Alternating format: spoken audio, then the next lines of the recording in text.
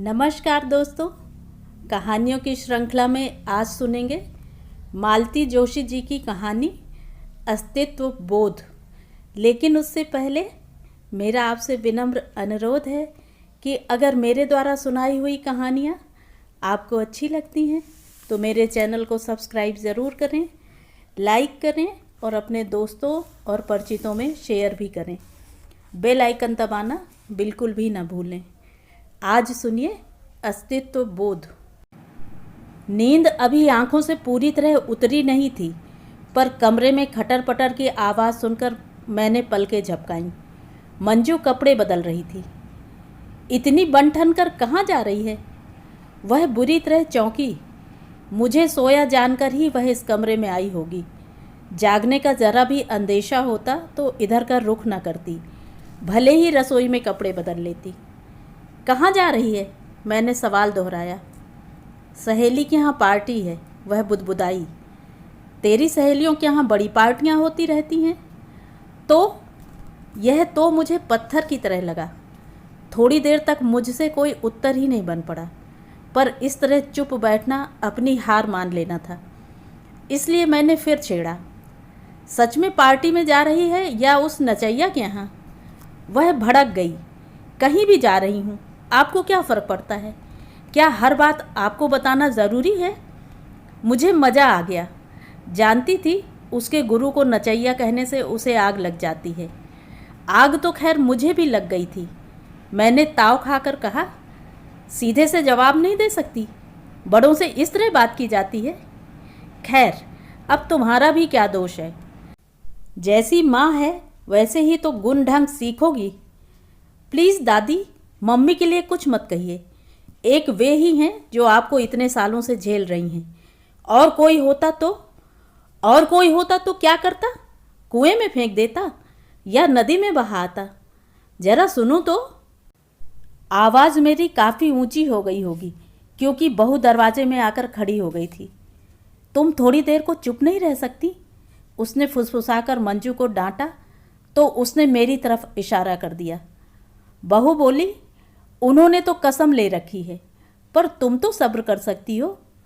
बुरा सा मुंह बनाकर मंजू कमरे से चली गई, उसके पीछे पीछे बहू भी। मुझे आश्चर्य हुआ। लड़की का तो ठीक है, बहू ने कैसे सब्र कर लिया? ये रामायण इतनी जल्दी कैसे सिमट गई? ज़रूर कोई बाहर आया होगा, तभी न रसोई से पकौड़े तलने की सुगंध आ रही है। मेरा तो अब ध्यान गया था। कुछ देर तक मैं दम साधे पड़ी रही। बड़ी देर बाद अंजू एक कप चाय रख गई, कोरी चाय। मुझे तो जैसे आग लग गई। ए छोकरी, सुन जरा। बेमन से वह रुकी तो, पर दरवाजे में ही खड़ी रह गई। मेरी ओर देखा तक नहीं। बाहर कौन आया है?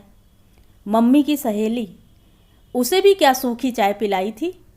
वह पैर पटकते हुए गई और 4 पकौड़े प्लेट में डालकर मेरे सामने यूं पटक गई जैसे भीख दे रही है। गुस्से से सुलग उठी मैं। प्लेट उठाकर मैंने दूर फेंक दी। झन की आवाज़ के साथ प्लेट के टुकड़े चारों ओर बिखर गए, उसके साथ पकौड़े भी। ये क्या हो रहा है दादी? वह चीखी। 5 मिनट आप शांति से नहीं बैठ सकती? हर बात का बतंगड़ बनाना क्या ज़रूरी है? बहू फिर दरवाजे में आकर खड़ी हो गई थी। उसके पीछे उसकी सहेली भी थी। मुझे श्रोता ही तो चाहिए था। मैंने धुआंधार बोलना शुरू किया। बहू का चेहरा पहले सफ़ेद और फिर लाल पड़ता चला गया। तैश में आकर अंजू ने कुछ कहना चाहा तो बहू ने तड़ से एक चांटा जड़ दिया और फिर सहेली का हाथ पकड़कर बाहर निकल गई। सुबकते हुए अंजू फर्श पर पड़े प्लेट के टुकड़े बटोरने लगी। मैंने कहा, वो मंजू के कपड़े भी उठा लेना, महारानी यहीं पटक कर चली गई हैं। इतना भी शऊर नहीं। अंजू ने एकदम मुझे घूर कर देखा। उसकी आंखें अंगारे सी दहक रही थीं। बोली, क्या अब भी आपके कलेजे में ठंडक नहीं पड़ी है? मौसी के सामने मम्मी की बेइज्जती तो हो ही गई ना? क्या आज के लिए इतना काफ़ी नहीं है? उसके एक एक शब्द से नफरत टपक रही थी। यह अच्छी रही, चांटा मारा इसकी अम्मा ने और गुस्सा मुझ पर उतार रही है। यही बात मैं उसके मुंह पर भी कह मारती, पर सोचा रहने दो, आज के लिए इतना ही काफ़ी है। मैं अक्सर हैरान रह जाती हूँ, इतनी बड़ी बड़ी लड़कियाँ हैं पर माँ का हाथ जब तक चल जाता है, पर वे हमेशा उसी का पक्ष लेती हैं और मुझसे खार खाए रहती हैं। एक मेरी बिटिया थी, हमेशा दादी की होकर रही। विदा के समय भी ताई के ही गले लगकर रोई थी। मेरे साथ तो बस रस्म निभाई थी। बिटिया तो खैर सौतेली ही थी, पर लड़का तो अपना पेट जाया है, उसके पास ही फुर्सत कहाँ है। पहले पढ़ाई में डूबा रहा, अब बाल बच्चों में खो गया है। तभी तो जब तब याद दिलाना पड़ता है कि अभी मैं जिंदा हूँ। पता नहीं यह सब मेरे साथ ही क्यों होता है, लोग मुझे भूल क्यों जाते हैं। बचपन से ही यह सब भुगत रही हूँ। तब भी न किसी को मेरी भूख प्यास का ख्याल था, न कपड़े लत्तों की चिंता थी, न किसी ने मेरे बालों की साज संभाल की। मैं जैसे जंगल का पेड़ थी जो आंधी पानी धूप जाड़ा सब कुछ सहते हुए अपने आप बढ़ता रहता है। बहू अक्सर कहती है कि मैं उसकी लड़कियों से जलती हूँ। यह सुनकर हरीश बहुत नाराज हो जाता है, पर बहू ठीक कहती है।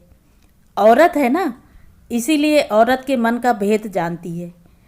अंजू मंजू को देखकर अक्सर मुझे अपना बचपन याद आ जाता है।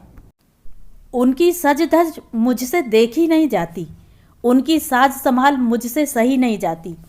इतने महंगे स्कूल में डाला हुआ है कि फीस सुनकर ही गश आ जाता है। फिर गाने की, नाचने की, अंग्रेजी बोलने तक की क्लासों में दाखिला लिया हुआ है।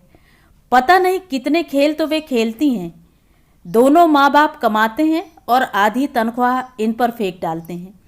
हर तीसरे दिन लड़कियां पार्टी या पिकनिक पर जाती हैं, पर माँ बाप के माथे पर बल नहीं पड़ते। कहते हैं इन्हीं के लिए तो हम कमाते हैं, फिर इनका दिल क्यों तोड़ें। लड़कियों को इतना सिर मत चढ़ाओ, मैं कहती हूँ, कल को उन्हें पराए घर जाना है। हरीश कहता है इसीलिए तो अम्मा लड़कियों को खूब प्यार देना चाहिए, उन्हें हमारे पास रहना ही कितना है। अरे फिर पता नहीं कल को कैसे ससुराल मिले, कहीं हंसने बोलने को ही न तरस जाएं। इसीलिए यहाँ जितनी मौज करनी है कर लें। बहू की यह बात सीधे मुझ पर ही चोट करती है। एक तीखा सा जवाब जुबान तक आकर लौट जाता है। हरीश के सामने मैं कभी बात नहीं बढ़ाती, हमेशा जज्ब कर जाती हूँ। तभी तो बहू हमेशा कहती है तुम्हें लगता है कि तुम्हारी माँ एकदम गऊ हैं। अरे अभी तुमने उनका असली रूप देखा कहाँ है। बहू शायद ठीक ही कहती है, लेकिन मैं हरीश को अपना असली रूप दिखाना भी नहीं चाहती। एक वही तो है जो मुझे थोड़ा सा प्यार, थोड़ा सा आदर देता है। औरों से तो यह सब मुझे कभी मिला ही नहीं, और जो कभी मुझे मिला ही नहीं वह मैं दूसरों को भी कहाँ से देती, क्यों देती। हाँ, इस प्यार का स्वाद बहुत पहले सिर्फ बचपन में चखा था। 6-7 साल तक मैं ही घर में सबसे छोटी थी, शायद इसीलिए सबकी लाडली थी। फिर 1-1 साल के अंतर से माँ की गोद में 2 भाई आ गए और मेरा एक छत्र साम्राज्य छिन गया। वे भाई मेरी जान के दुश्मन हो गए। उनके आते ही माँ की गोद छिन गई, बाबू का दुलार छिन गया, बड़ी बहनों का प्यार छिन गया, मेरा दूध छिन गया, और तो और मेरा खेलने का सुख भी जाता रहा। जब भी बाहर पैर रखती माँ एक न एक को लटका देती। इसके बाद भी दिन भर यही सुनने को मिलता, इतनी बड़ी धींगड़ी हो गई है, काम की न काज की, शेर भर अनाज की। घर में 2 बड़ी बहनें भी थीं जो दिन भर काम में लगी रहती थीं।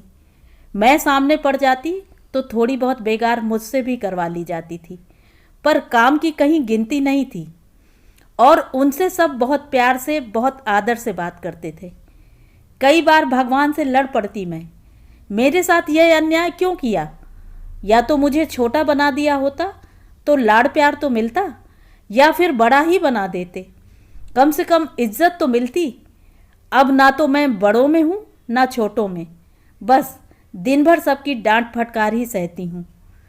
एक दिन की बात मुझे अच्छी तरह याद है, शायद छुट्टी का दिन था। माँ बाबू चुन्नू मुन्नू को लेकर कमरे में चले गए थे। माँ मुझे जता गई थी कि धूप में बाहर निकली तो टांगे तोड़ दूंगी। मैं तो घर में ही खटर पटर कर रही थी। बड़ी जिज्जी दालान भर में साड़ी फैलाकर उस पर कढ़ाई कर रही थी। पड़ोस की उमा जिज्जी भी उनका हाथ बटा रही थी। खेलते खेलते मेरा पैर अचानक साड़ी पर जा पड़ा तो जिज्जी ने मेरा कान मसल दिया। तुझे कूदने फांदने की यही एक जगह मिली है? उमा जिज्जी के सामने इस अपमान को मैंने ज़रा ज़्यादा ही महसूस किया। पलटकर जवाब देने से और बेइज्जती होने का खतरा था, इसलिए मैं पैर पटकती हुई रसोई में चली गई। वहाँ चटाई बिछाकर छोटी जिज्जी पढ़ रही थी। उनकी मिडिल की बोर्ड की परीक्षा एकदम सिर पर थी। जिज्जी, हमें कुछ चबैना दे दो, हम गुड़िया का ब्याह रचाएंगे। बड़ी ब्याह रचाने चली है, पढ़ना लिखना नहीं है। और कह देती हूँ, मोहल्ले भर की लड़कियों को यहाँ इकट्ठा किया तो ठीक नहीं होगा। हाँ। हार कर मैं माँ के कमरे में चली गई। चारों सो रहे थे। चुन्नू बाबू की बाह का तकिया बनाकर सोया था। मुन्नू भी जैसे माँ के आंचल में घुसा जा रहा था। मन में एक टीस सी उठी और मैंने वहाँ से नज़रें हटा लीं। सामने पानदान था। जब छोटी थी तो बाबू हमेशा पान का इतना सा टुकड़ा दिया करते थे। अब तो लगता था जैसे पान का स्वाद चखे बरसों बीत गए। मैंने धीरे से पानदान खोला। ऊपर वाला कत्थे चूने वाला डिब्बा हटाकर नीचे से एक पान निकाला। कितनी कोशिश की मैंने, पर जरा सी खनक हो ही गई। बाबू जाग गए। कम्मो, ये क्या हो रहा है? जानती हो ना, छोटे बच्चे पान नहीं खाते। चोरी तो पकड़ी ही गई थी, इसीलिए मैंने दिलेरी से काम लिया। अब मैं छोटी कहाँ हूँ बाबू? माँ तो दिन भर कहती हैं कि इतनी बड़ी धींगड़ी हो गई है। चुप, ज़्यादा चकर चकर मत कर। बाबू गुर्राए। अभी पान खाने लायक बड़ी नहीं है तू, बहुत छोटी है। मुझे भी ताव आ गया। जब दूध मांगती हूँ तो माँ कहती है तू बड़ी हो गई है, सबका सब इन्हें पिला देती है। करम जली। माँ एकदम उठकर बैठ गई थी। मेरी पीठ पर एक धौल जमाते हुए उन्होंने कहा, ऐसी नज़र लगाती है तभी तो दोनों सूख कर कांटा हो रहे हैं। बहन है कि डायन? भाइयों को भी नहीं बख्शती, मरती भी तो नहीं है जन्म जली। अच्छी बात है, मैं मर जाऊंगी, मैंने भी तैश में आकर कहा। जा मर, माँ ने कहा और फिर चादर तान कर लेट गई। मुन्नू को उन्होंने ऐसे भींच लिया जैसे मैं छीन लूँगी। क्रोध और अपमान से मन धधक रहा था।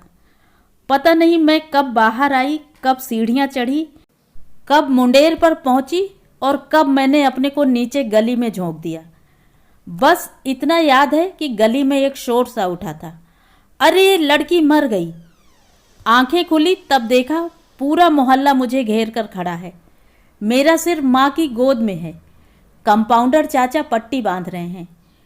बाबू उनका बैग थामे खड़े हैं। दोनों जिज्जी आंसू पोंछ रही हैं। कोई मेरे पैरों पर, कोई बालों पर हाथ फेर रहे हैं। असह्य पीड़ा थी, फिर भी यह सोचकर अच्छा लग रहा था कि इतने सारे लोग केवल मुझे ही देख रहे हैं, मेरी ही बात कर रहे हैं। तभी किसी ने कहा, अरे इसने आंखें खोल दी हैं, कोई इसे हल्दी दूध तो पिलाओ, पट्टी वगैरह तो होती रहेगी। फौरन दूध आ गया। छोटी जिज्जी ही लाई थी। वह पीला पीला दूध देखकर उपकाई आने लगी थी। मैंने गिलास परे हटा दिया और चीखी, नहीं चाहिए मुझे, कसम है जो अब कभी दूध का घूंट भी लूं। मैं तो डायन हूं ना, चुन्नू मुन्नू को नज़र लगाती हूं ना। सब लोग हाय हाय कर उठे। माँ बाबू की नज़रें नीची हो गईं। उन पर उपदेशों की मार पड़ने लगी। राम राम, ऐसा भी कहीं होता है? यह भी तो तुम्हारी ही जाई है, कोई आसमान से तो टपकी नहीं है और ऐसी बड़ी भी नहीं है। उसकी पीठ पर दो और आ गए तो क्या वह बूढ़ी हो गई है? उस दिन यह नुस्खा मेरे हाथ लग गया। एक बात मैंने गांठ बांध ली कि कोई अगर अपनी ओर ध्यान नहीं देता तो उसे ध्यान दिलाओ। लोगों को यह कभी मत भूलने दो कि घर में तुम भी हो। इसके लिए मेरा छोटा सा दिमाग क्या क्या तरकीबें भिड़ाता। कभी मैं मेज पर स्याही उलट देती, कभी ब्लेड से अपनी उंगली छील डालती, कभी जिज्जी का बनाया बर्तनों का कुतुब मीनार ढहा देती। बदले में मुझे गालियां मिलती, एक आध चपत भी पड़ जाती, पर कोई मुझे भूल नहीं पाता था। माँ तो दिन रात सांसत में रहती, कि मैं पता नहीं कब क्या कर बैठूं। बचपन में घर से बाहर भी एक दुनिया होती है, स्कूल की दुनिया। वहाँ मेरा खूब मन लगता था, पर वहाँ भी मैं किसी गिनती में नहीं थी। ना मैं पढ़ने में होशियार थी, ना खेलने में। ना मुझे गाना आता, ना बोलना। ना मैं सुंदर थी, ना मेरे बाबू बड़े आदमी थे। कभी कभी अपने ऊपर ही दया हो आती थी मुझे। भगवान ने मुझे ऐसा क्यों बनाया होगा? सबसे ज़्यादा दुख तो वार्षिकोत्सव में होता था। इतने कार्यक्रम होते थे, इतनी प्रतियोगिताएं होती थीं, पर मेरा कहीं नंबर नहीं आता था। एक बार, हाँ सिर्फ एक बार मुझे नाटक में दासी का रोल मिला था। नाटक के लिए शर्त यह थी कि ड्रेस अपने घर से लानी होगी, और वही सबसे बड़ी समस्या थी। माँ के पास साड़ियों का वैसे ही अकाल था। भारी साड़ियाँ तो बस गिनती की ही थीं। अदल बदल कर माँ उन्हें ही शादी ब्याह में पहनती थीं। उन साड़ियों के लिए तो वे साफ मना कर गईं।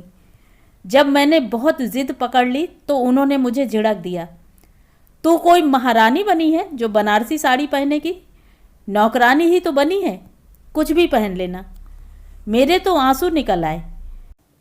ताव में जाकर मैंने अपना नाम कटवा लिया। मुझे लगा था बहन जी मनाएंगी, पर ज़रूरत ही क्या थी।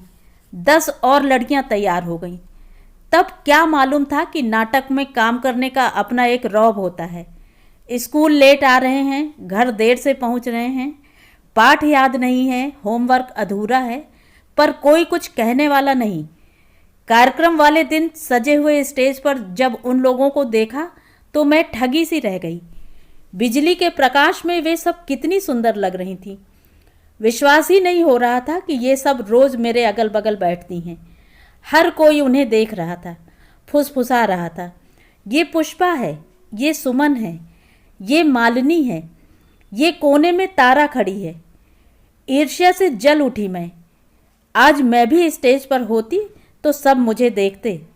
माँ भी सबको बताती, वह जो हरी साड़ी वाली है ना, वो मेरी कम्मो है। पर ऐसा तो होना ही नहीं था ना। माँ को मुझसे ज़्यादा अपनी साड़ी प्यारी थी। बहन जी ने भी तो एक बार भी नहीं पूछा कि मैं नाटक क्यों नहीं कर रही हूँ। गुस्से से, दुख से तिलमिला उठी मैं। ब्लाउज में लगी आलपिन निकालकर मैंने एड़ी में जोर से चुभो दी। उई माँ! दर्द से बिलबिला उठी मैं। लोगों का ध्यान स्टेज से हट गया था और क्या हुआ क्या हुआ का एक शोर सा पंडाल में भर गया था। कई लोग मेरे आसपास आकर खड़े हो गए थे। फिर मेरी मरहम पट्टी की गई। मेहमानों में से किसी एक की गाड़ी में मुझे घर पहुंचाया गया। मजबूरन माँ को भी मेरे साथ जाना पड़ा। सांप या बिच्छू के डर से काफ़ी भगदड़ मच गई थी। बड़ी मुश्किल से लोगों को जगह पर फिर से बिठाया गया। तब तक राजकुमारी और उसकी दासियां स्टेज पर चुपचाप खड़ी थीं।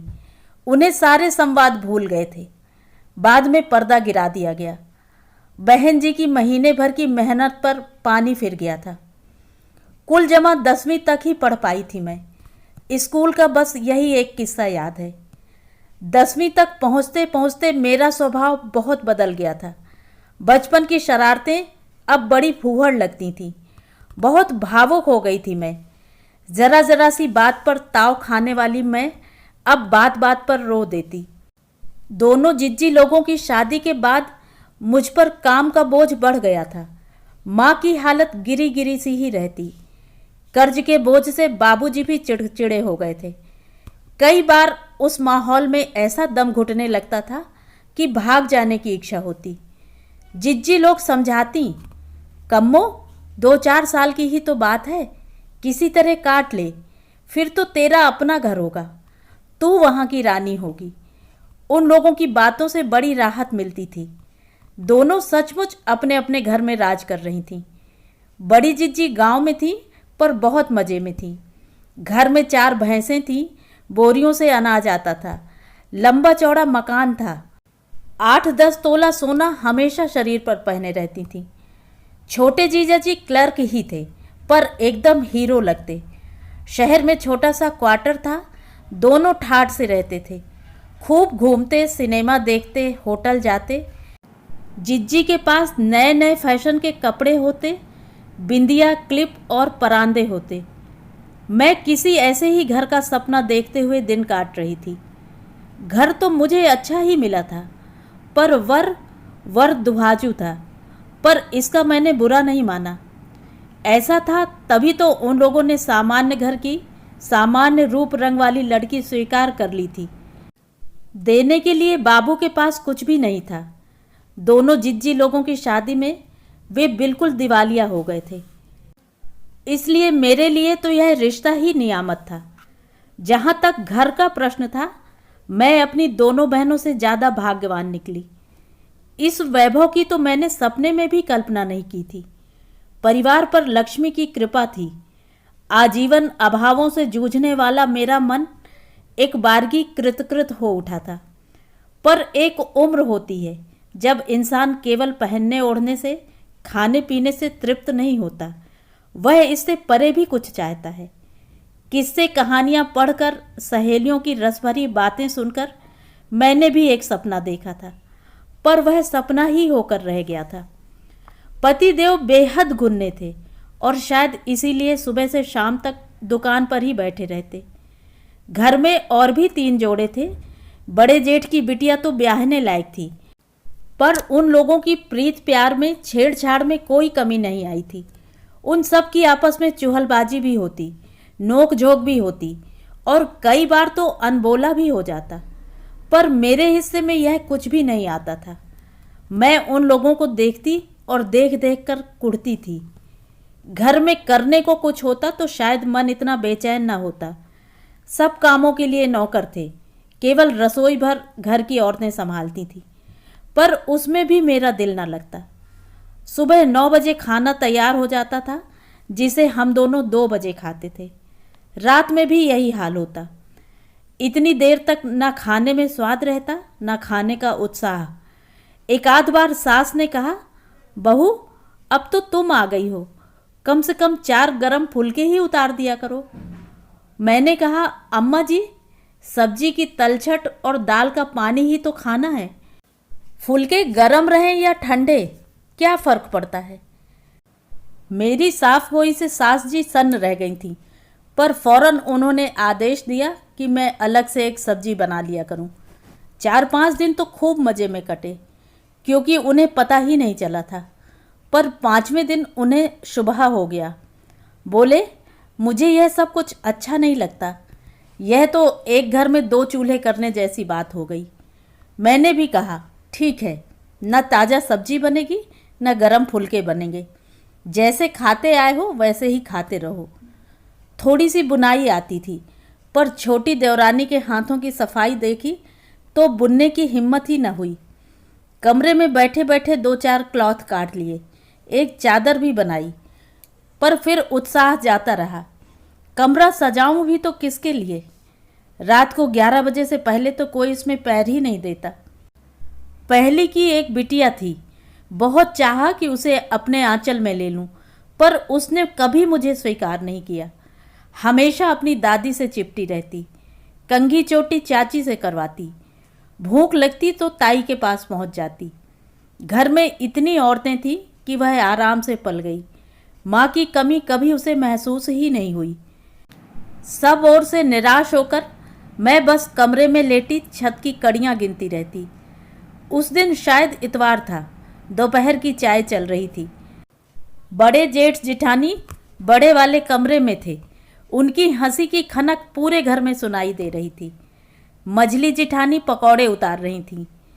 भाई साहब वहीं रसोई पर पटरा बिछाकर बैठ गए थे। छोटी देवरानी अपने कमरे में सज संवर रही थी। दुनिया चाहे इधर की उधर हो जाए, पर इतवार का सिनेमा वे दोनों ज़रूर देखते थे। बच्चों को थोड़ी आज़ादी देने के विचार से अम्मा जी आंगन में नीम तले खाट बिछाकर माला जप रही थीं। अम्मा जी के बाद घर में एक मैं ही फालतू थी। मेरे पति देव ने कह रखा था, ये सब सरकारी नौकर हैं, इन्हें बंधी बंधाई तनख्वाह मिलती है, मुझे तो रोज़ कुआं खोदना है। दुकान वे गुरुवार को बंद रखते थे। उस दिन अम्मा जी को लेकर गुरु महाराज के दर्शनों के लिए आश्रम निकल जाते थे। कहते तो मुझसे भी थे, पर मुझे गुरु महाराज में कोई दिलचस्पी नहीं थी। पति के साथ घूमने के लिए भगवान ने इतनी जगहें बनाई हैं, पर उन्हें केवल आश्रम ही नजर आता था। सोच सोच कर मेरा दिमाग चकराने लगा था। नहा धोकर थोड़ा तरोताज़ा हो लेना चाहा। गुसल खाने में मुश्किल से आधी बाल्टी पानी था। किसी से कहती तो फौरन आ जाता, पर मैं खुद ही 2 बाल्टियां लेकर बगीचे की ओर निकल गई। कुएं में एक डोल बंधा हुआ ही था। जैसे ही मैंने उसे भीतर छोड़ा, रस्सी सरकती ही चली गई। उसे पकड़ने के प्रयास में आधी झुकाई थी। तभी कुएं में जोर से छपाक की आवाज़ हुई और अम्मा जी चिल्लाईं, क्या हुआ? उनकी आवाज़ पर महरी दौड़ी दौड़ी आई। उसने मुझे सीधा खड़ा किया। क्या हुआ बहू जी, चक्कर तो नहीं आ गए थे? अम्मा जी का तो जैसे खून सूख गया था। देवी, तू किसी दिन हमारे मुंह पर कालिख पुतवाएगी। तब तक सारा घर वहाँ इकट्ठा हो गया था। भाई साहब ने उस दिन कड़े शब्दों में ताकीद की थी। उससे कहो कुएं से दूर रहा करे, उसे नल की आदत है, किसी दिन अनर्थ हो जाएगा। उस दिन मुझे अपना बचपन याद आ गया। लगा कि अपने पास तो यह रामबाण उपाय है, अब तक आजमाया नहीं, यही गलती की। तब से मुझे रोज रात को कुछ ना कुछ होने लगा। कभी उदर शूल उठता, कभी सिरदर्द से फटा जाता, कभी खांसी का दौरा पड़ जाता। हर बार यह नाटक ही हो ऐसी बात भी नहीं थी। दिन रात सोचते सोचते मन और शरीर दोनों बीमार हो चले थे। पतिदेव कैसे भी थे, सेवा खूब करते थे। आधी रात को उठकर मेरे लिए हींग अजवाइन ढूंढते, पानी गर्म करते, अदरक की चाय बनाते। ये रसोई का दरवाज़ा बंद कर लेते, फिर भी स्टोव की फर्र फर्र बाहर सुनाई दे जाती। उन दिनों गैस तो थी नहीं। सास दालान में दम साधे पड़ी रहती। पर एक दिन उनसे नहीं रहा गया। बोली, क्या बात है विजय, बहू का जी ठीक नहीं है क्या? ये एकदम फट पड़े। पता नहीं कैसी रोग की पुड़िया मेरे गले बांध दी है तुमने। मजाल है जो एक दिन भी चैन की नींद सोया हूँ। सुनकर मुझे तो जैसे आग लग गई। इनके कमरे में आते ही मैंने इन्हें धर लिया। रोगी मैं हूँ कि तुम? जरा अपने दिल पर हाथ रखकर बताना। चैन की नींद ही सोना चाहते थे तो शादी क्यों की थी? गुरु महाराज के चरणों में पड़े रहते। शर्म से उनका चेहरा काला पड़ गया। सास ने ही मेरी व्यथा को समझा था। दुकान पर किसी तीसरे को बिठाकर हमें जबरदस्ती बाहर भेजा था। समझ गई थी कि जब तक वातावरण नहीं बदलेगा, पिछली यादों से मुक्त नहीं हो पाएगा। उनके मन को तो मैं कभी बांध नहीं पाई, पर कालांतर में हरीश मेरी गोद में आ गया और मेरा जीवन सार्थक हो गया। वही मेरी आशाओं का केंद्र था, जीने का आधार। वही एक मेरा अपना था। इसीलिए मैं अपना सारा प्यार भी उस पर लुटाती रही और दुनिया भर का गुस्सा भी उसी पर उतरता था। बेचारा लड़का सब कुछ चुपचाप सह लेता। बहुत छोटी उम्र से जान गया था कि इतने बड़े परिवार में अम्मा एकदम अकेली हैं। असुरक्षा की भावना मुझ में ऐसा घर कर गई थी कि मुझसे कोई काम ढंग से नहीं होता था। मेरी सास तो पीठ पीछे मुझे सनीचरी ही कहती थी। वैसे उन्हें अपनी बहुओं पर बड़ा नाज था। उन्होंने उनके बड़े सुंदर नाम रख छोड़े थे। बड़ी को वे भाग्यवती कहती। वे पूरे घर की धुरी थीं। 8 दिन को कहीं चली जाती तो सारे घर की व्यवस्था उलट पुलट हो जाती। न कोई चीज़ जगह पर मिलती, न किसी को समय पर खाना मिलता। मझली सचमुच गुणवंती थीं। कोई काम ऐसा नहीं था जो उन्हें ना आता हो। 20 तरह के अचार मुरब्बे वे डालती थीं। पकवान सारे वे बनाती थीं। उनकी सी बारीक सिवैयाँ कोई नहीं बना पाता था।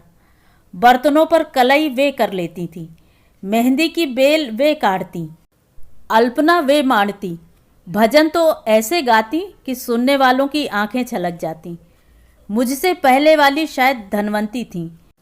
सबसे छोटी थी लाजवंती, घर भर की लाडली। बड़े बाप की बेटी थी, पति अफसर थे, इसीलिए सब उसे पलकों पर रखते थे। मुझसे 2 साल बड़ी थी। स्कूल जाने वाले 2 बच्चे भी थे, पर लगता था जैसे कल ही ब्याह कर आई है। यूँ तो मुझे तीनों से ही जलन होती थी, पर छोटी को तो मैं ज़रा भी सहन नहीं कर पाती थी। अगर सब लोग उसके बच्चों से अंग्रेजी कविता सुनते होते तो मैं दाल में ऐसा तड़का लगाती कि सबका खांसते खांसते बुरा हाल हो जाता। अगर उसके पीहर की सौगातों का प्रदर्शन हो रहा होता तो उबलती चाय की पतीली मेरे हाथ से छूट जाती। अम्मा जी उसके बनाए स्वेटर को सराहती तो मेरा स्टोव भभक उठता। हाथ जलना या कटना तो आम बात थी। लोग बेमन से ही सही मरहम पट्टी करने दौड़ पड़ते और मुझे बड़ा सुकून मिलता। घर में कोई और भी था जिसे मैं फूटी आंखों नहीं देख सकती थी। वह थी वासंती, बड़े जेठ की बिटिया। उम्र के अनुपात से वह मेरी सखी हो सकती थी, पर पहले ही दिन चाची कहकर उसने सब गुड़ गोबर कर दिया। उसकी हर बात से मुझे ईर्ष्या होती। उसके कपड़े, उसकी साज सज्जा, उसकी सहेलियाँ, उसकी पढ़ाई, उसका लाड़ प्यार, हर चीज़ मुझे खटकती थी। उसने जब भी दोस्ती का हाथ बढ़ाया मैंने निर्ममता से झटक दिया। जिस दिन उसे कुछ लोग देखने आए थे उस दिन तो मैं जलकर राख हो गई थी। सबके साथ मैंने भी पर्दे की ओट से लड़के को देखा था और मुंह से एक उसांस निकल आई थी। फिर तो चाय का नया सेट अलमारी से निकालते हुए मेरे हाथ कांपने ही थे। एक कप भी साबुत नहीं बचा था। वासंती की माँ तो सिर पकड़कर बैठ गई थी। उन्हें लगा कि बहुत बड़ा अपशकुन हो गया है वह। उससे कोई फर्क नहीं पड़ा। रोज वाले प्यालों में चाय पीने के बाद भी वह सपनों का राजकुमार इस घर का दामाद बन ही गया। वासंती की शादी में मुझे पूरे समय बुखार ही चढ़ा रहा। मैं पूरे समय अपने कमरे में पड़ी कराहती रही। श्रीमान जी मेरे सिरहाने बैठकर माथे की पट्टियां बदलते रहे। यह काम वे बड़े मन से या प्रेम से कर रहे हैं, ऐसी गलतफहमी न मुझे थी न घर वालों को।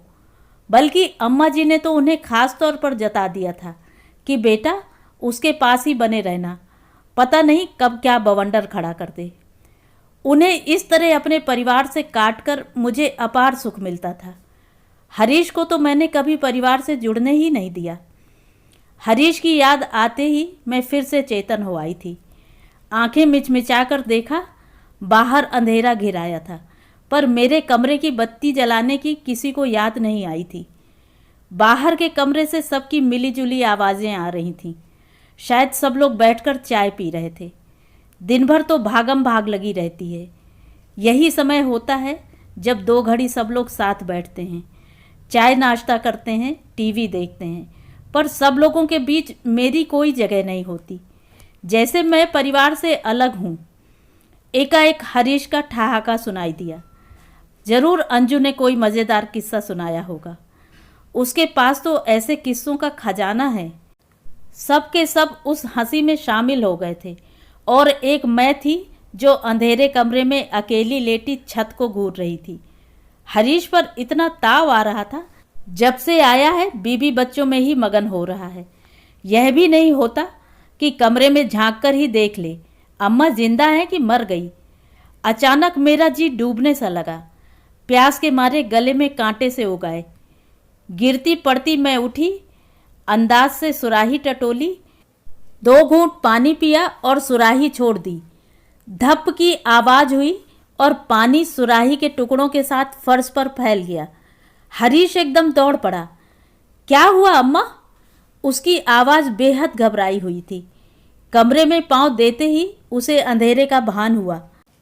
तुम लोगों को यहाँ की बत्ती जलाने की भी फुर्सत नहीं हुई क्यों? वह गुर्राया। हमें लगा दादी सो रही हैं, लड़कियां मिनमिनाई। बत्ती जलाकर तब तक वह मेरे पास पहुंच चुका था। मैं वहीं घुटनों में सिर डाले बैठी थी। अम्मा तुम ठीक तो हो ना? कहीं चोट तो नहीं आई? ना रे, चोट वोट नहीं आई, पर सुराही फूट गई। सुराही को जाने दो, नई आ जाएगी, उसने मुझे सहारा देते हुए कहा। फिर मुझे हौले से बिस्तर पर लिटाते हुए बोला, तुमसे कितनी बार कहा है अम्मा, कोई भी काम हो तो आवाज़ दे लिया करो। आखिर हम सब किस लिए हैं? आवाज़ दी तो थी बेटा, मैंने बेहद पतली आवाज़ में कहा। बहू फुसफुसाई। दोपहर को कैसी दहाड़ रही थी, अब गले से आवाज़ भी नहीं निकल रही। अच्छी ड्रामा कंपनी है। तुम 2 मिनट चुप नहीं रह सकती? हरीश गरजा। तुम हम सब के मुंह सिल दो बस, दिन भर माँ बेटे ही बोला करो। बस दोनों की चकचक शुरू हो गई। मैंने देखा है, जब भी दोनों का झगड़ा होता है, दोनों बेटियां माँ के अगल बगल खड़ी हो जाती हैं। लड़का बेचारा सहम जाता है। थोड़ी देर तक गर्जन तर्जन चलता रहा। फिर हरीश दुखी होकर बोला, अब कितनी सी जिंदगी बची है उसकी, ये 4 दिन वह सुख से काट लेगी तो तुम्हारा क्या घट जाएगा। अरे जाते समय आशीर्वाद ही देकर जाएगी वह। बहू ने सुनकर मुंह बिचका दिया। शाम को घर में एक मनहूस सन्नाटा सा छाया हुआ था।